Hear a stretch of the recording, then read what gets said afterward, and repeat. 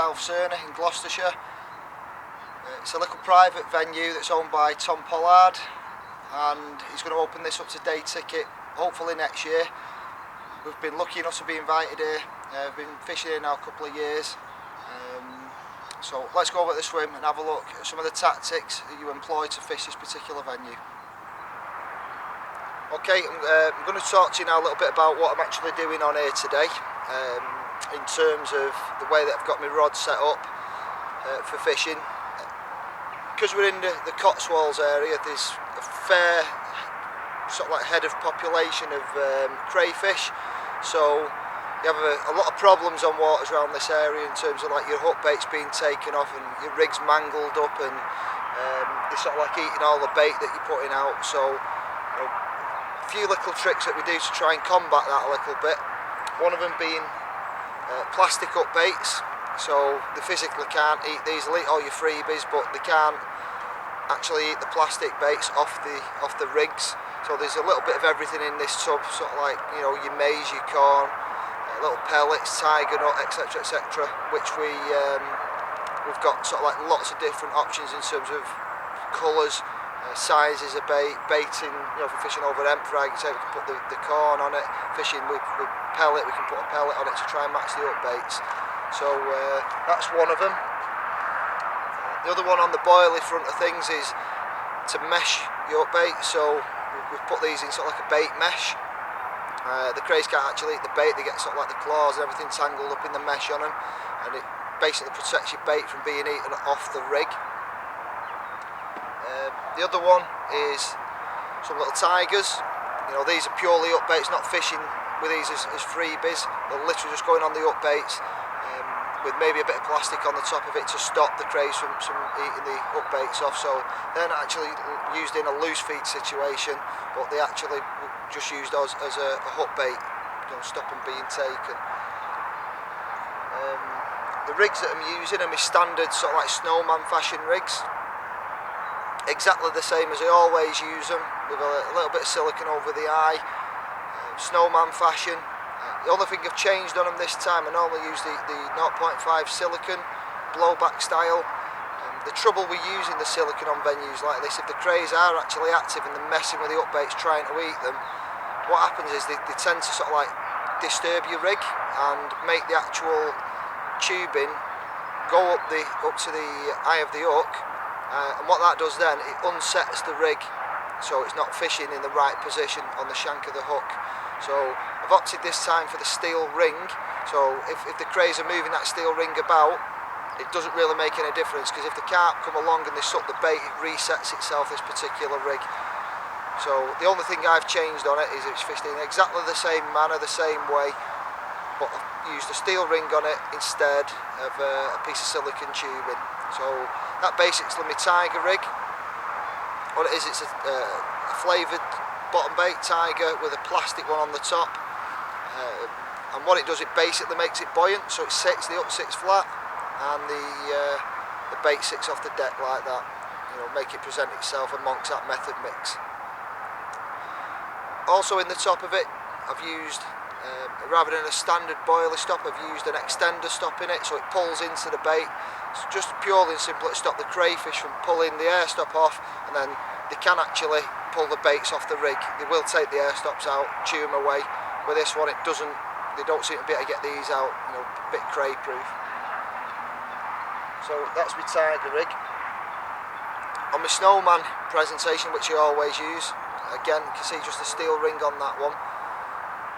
My first option being is the crays aren't always active in every single situation. You know, each rod will be fished differently in terms of crayfish activity.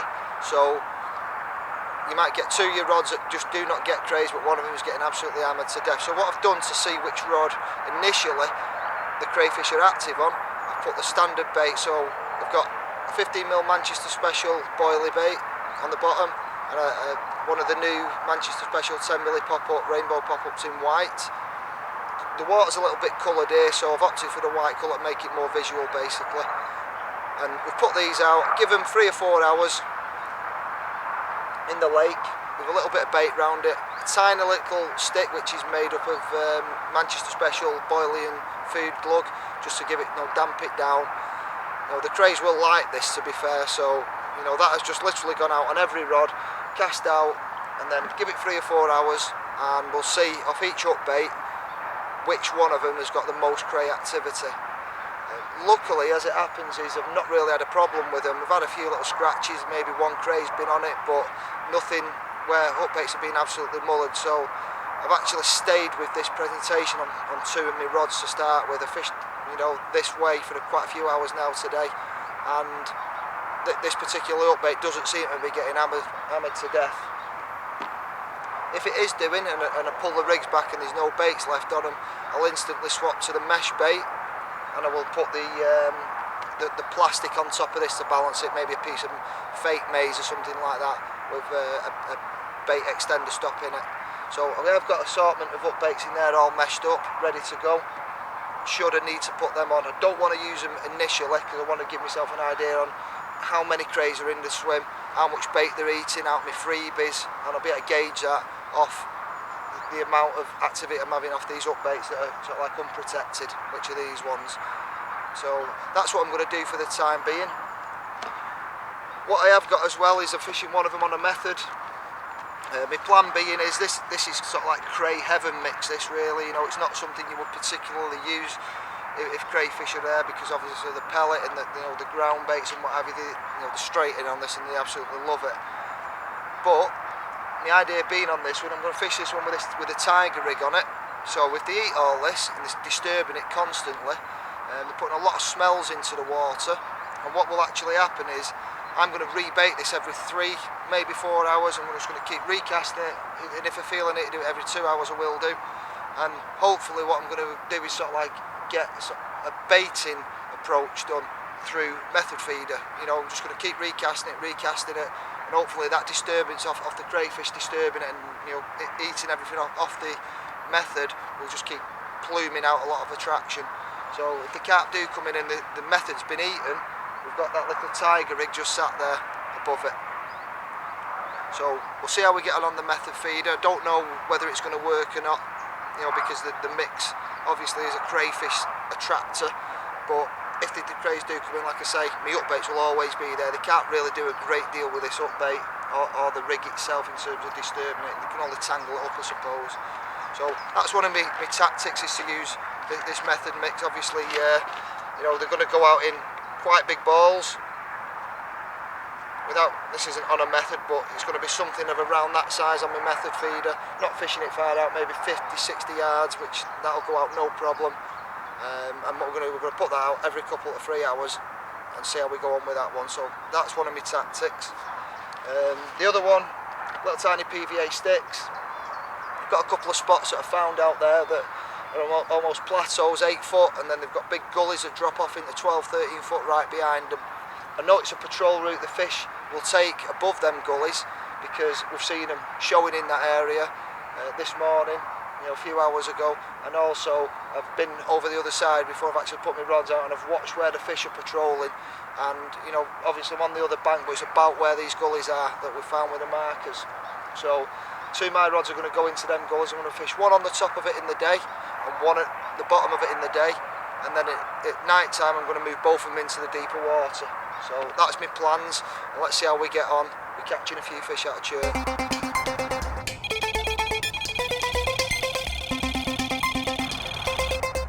Well, there's one we've just had. Churn Pool, £15 plus. Little mirror, absolutely flew off. Give a great little account for itself. That's been caught over a fair little bit of bait, to be fair. Quite a bit of pellet, and 10 barrels and 15mm Manchester Specials, fish snowman style. I'll show you the rig in a minute that we caught this little chap on.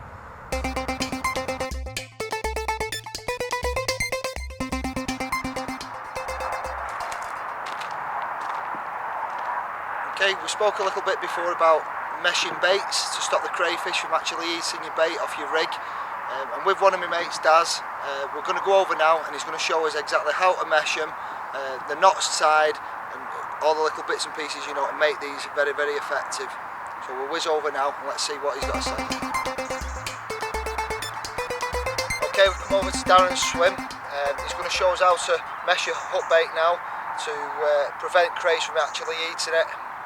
Obviously they're a massive nuisance in some lakes. So Daz, obviously you've fished the sort of like this area that's cray infested, and you've sort of like been doing this for many years now. So can you show everybody actually how to mesh a hook bait and the components you require to actually do it? Yeah. This is just your standard bait mesh, available from any sort of tackle shop really.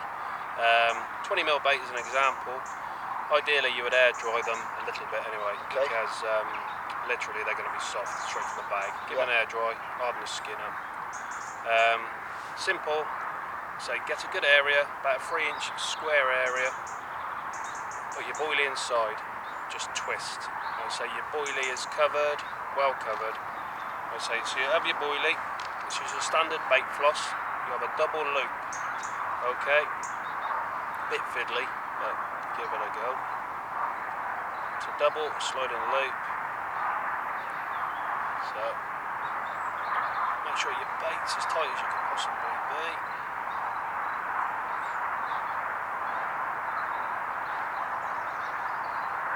Fingers and thumbs.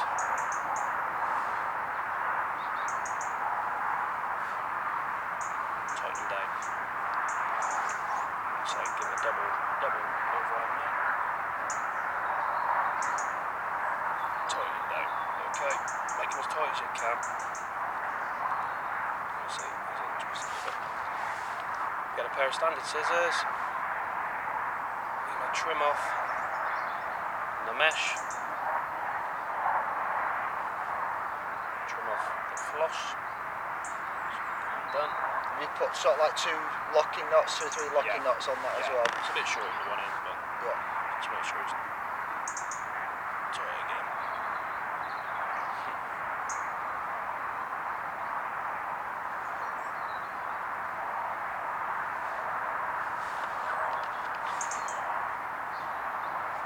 This is like an unwaxed floss, is it? Yeah, obviously. Just a standard floss, any make. Obviously burn the mesh is a blob, and whilst it's still warm, plod them down. Example, that would be really tight. That's as tight as you want it. And when that actually, sort of like you put it on your rig, you can see the mesh is really visible on the bait. When the mesh, the bait goes in the water, and you get some ingress of water into the bait, it swells up, and it makes the actual mesh disappear virtually. It doesn't. No, it's invisible to eye. It's invisible to fish. They'll still pick these up. Even like you say, glug baits, they work well. You can pre-wrap them, pre-glug them. It's just a deterrent. But they will. You can double wrap as well. Even though you wrap once, you can go back again and make it double wrap. So just to slow them down. Like you say, there's still going to be a nuisance, but it's a deterrent basically. Yeah, it gives you confidence that when you put a bait out, especially through the night, where you're not going to be checking it as much as what you can do in the day. It gives you that extra arm around the bait, doesn't it, to stop the confidence issues of your baits being eaten off the rig. Yeah. Do you top yours with anything particular bait stop wise? Because I know the crays are quite good at pulling the bait stops out of your rig, aren't they? They can. The corded ones, excellent. The extender stop type. Bang on for the job. They pull in. They're very hard to get out. And they're ideal. I mean, if the baits aren't too hard, you can pull them in. Yeah, I mean, I wouldn't measure. Tie on with floss. You need to basically air that bait. It needs to be pulled in, tight, and everything else. Okay. Especially this time of year, it's also 12-14 hours of darkness. Then crays are active, and you want a bait that's going to be out for a long time. Also, if you can use these for if you've got other nuisance species like poisson chat. They're obviously a nuisance in some French venues, little tiny catfish, and they whittle your baits away very quickly. The bait mesh can be used for that purpose as well, not just crayfish. So if you are suffering from any of these nuisance species out there that are eating your baits, try some of this bait mesh and tie it like Darren's just shown you there, and it does protect your bait for much longer. Well, thanks very much for that, Daz. Thank you. Right, we just had a bite on the method rod that I was telling you about earlier on with the tigers, and what I thought was attached to a smallish carp. Just put this back on the alarm. So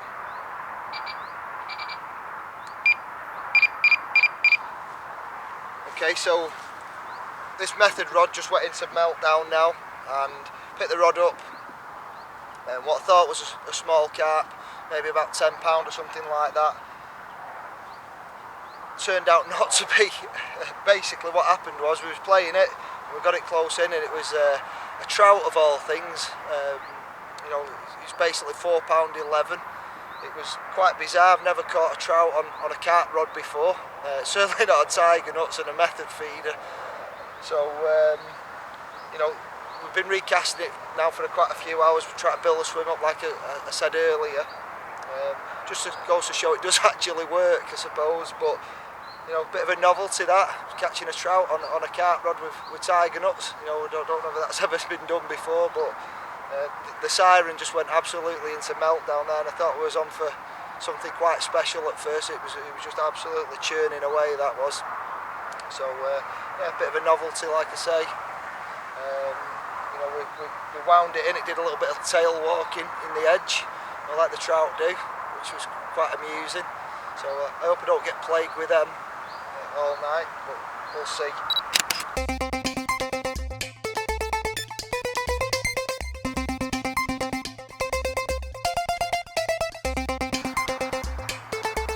Okay, just going to show you a quick little product that I've just received.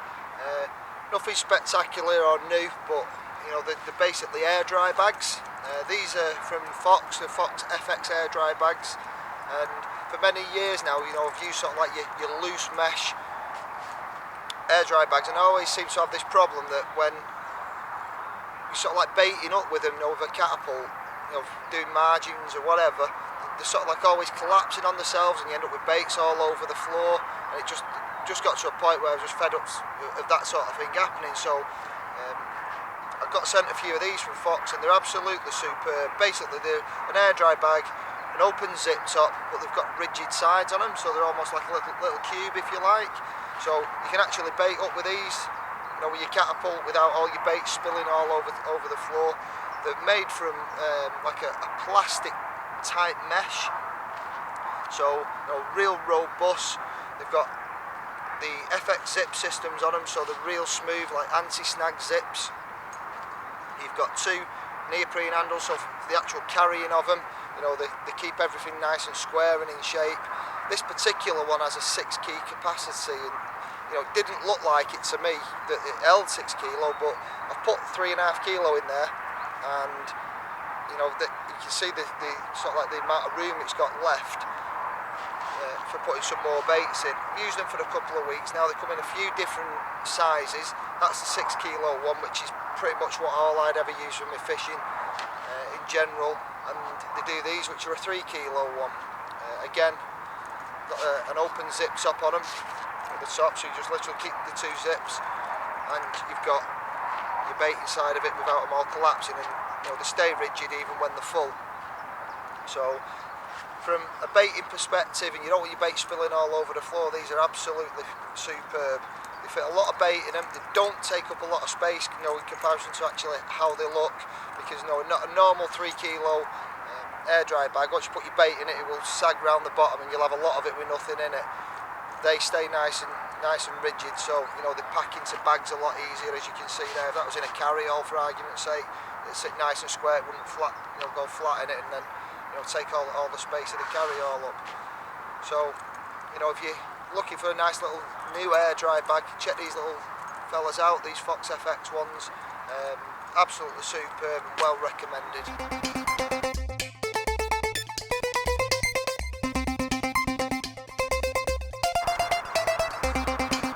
Well, that brings us to the end of our 48-hour session here on Churn Pool.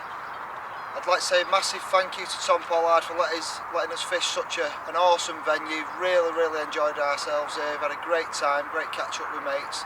So keep an eye out for this place next year. Hopefully it's going to be open as a day ticket, and you can too fish this place as well. Thanks for watching.